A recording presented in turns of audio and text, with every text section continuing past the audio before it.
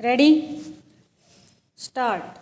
Mr. Deputy Speaker, Sir, before I say anything about defense, I would like to congratulate the Home Ministry on the splendid work it has done in connection with the improvement of the conditions of the scheduled castes and scheduled tribes. Stop.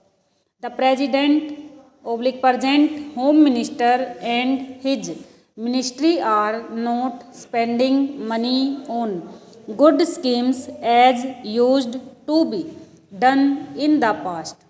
They have got very many schemes, and those schemes are really worth spending lot of money. They are really for the benefit of these communities. I was going to ask the Home Ministry to set up a separate fund for the construction of houses for these communities had completely neglected this problem which is facing these communities. Even the planning commission in the last 5-year plan has not done much in this regard. I think even in the 10th 5-year plan, there is no definite plan for providing housing facilities for the scheduled castes and scheduled tribes.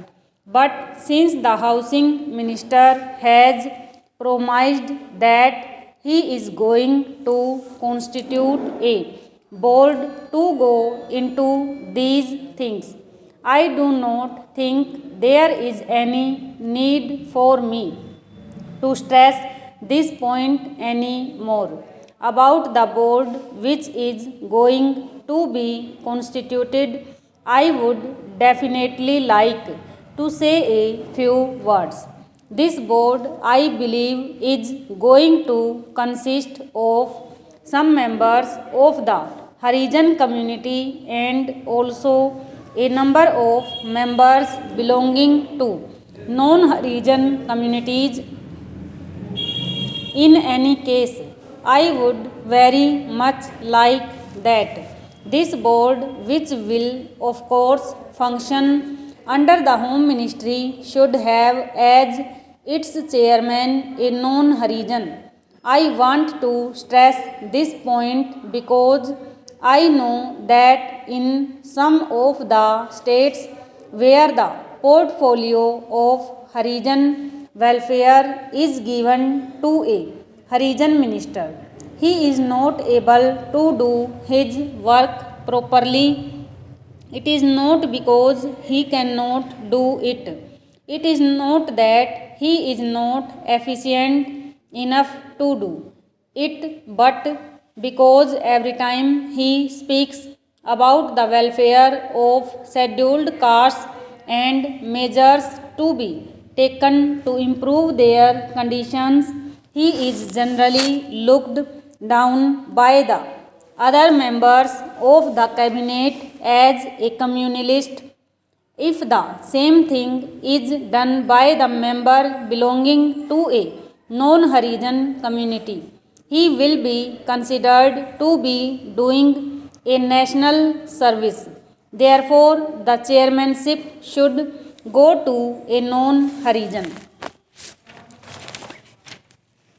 The 10th 5-year plan, I understand, is doing to be an industrial plan. Many industries are going to be established in this country. Therefore, I feel it my duty to say that the ministries concerned with heavy industries should take proper care in setting up new industries in places which are not very well developed. For instance, if a heavy industry is set up only in one state, all the ancillary factories crop up in that particular state and the benefits are derived only by the people of that state.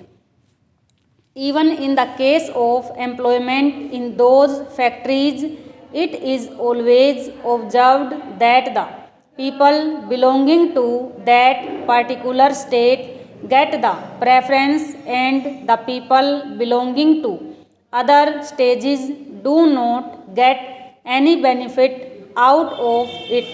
Therefore, the ministry should take proper care to see that these heavy industries are located in such places that they cater not only to one particular state but can also cater to more than one state. For instance, if a factory is located in the center of a state, the benefit of it will be derived only by the people of that particular state.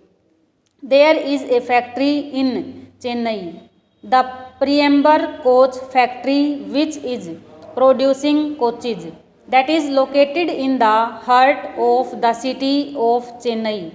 It cannot help the people of either Andhra or Kerala.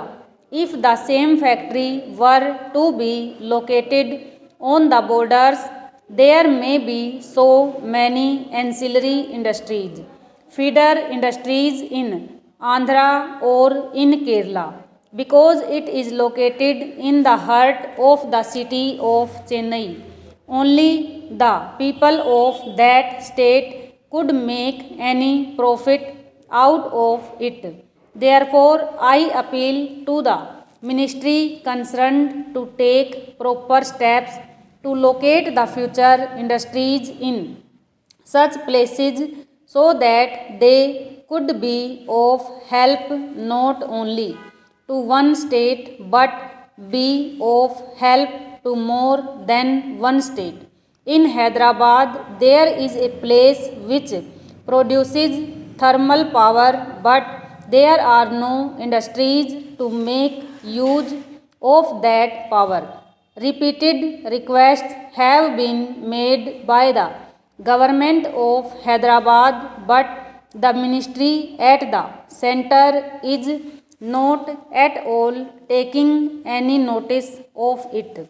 I think if a factory to produce electrical goods or a small fertilizer factory or a small engineering factory were to be located at that particular place, that will be able to cater not only to the Hyderabad state but also to Andhra and other places as well.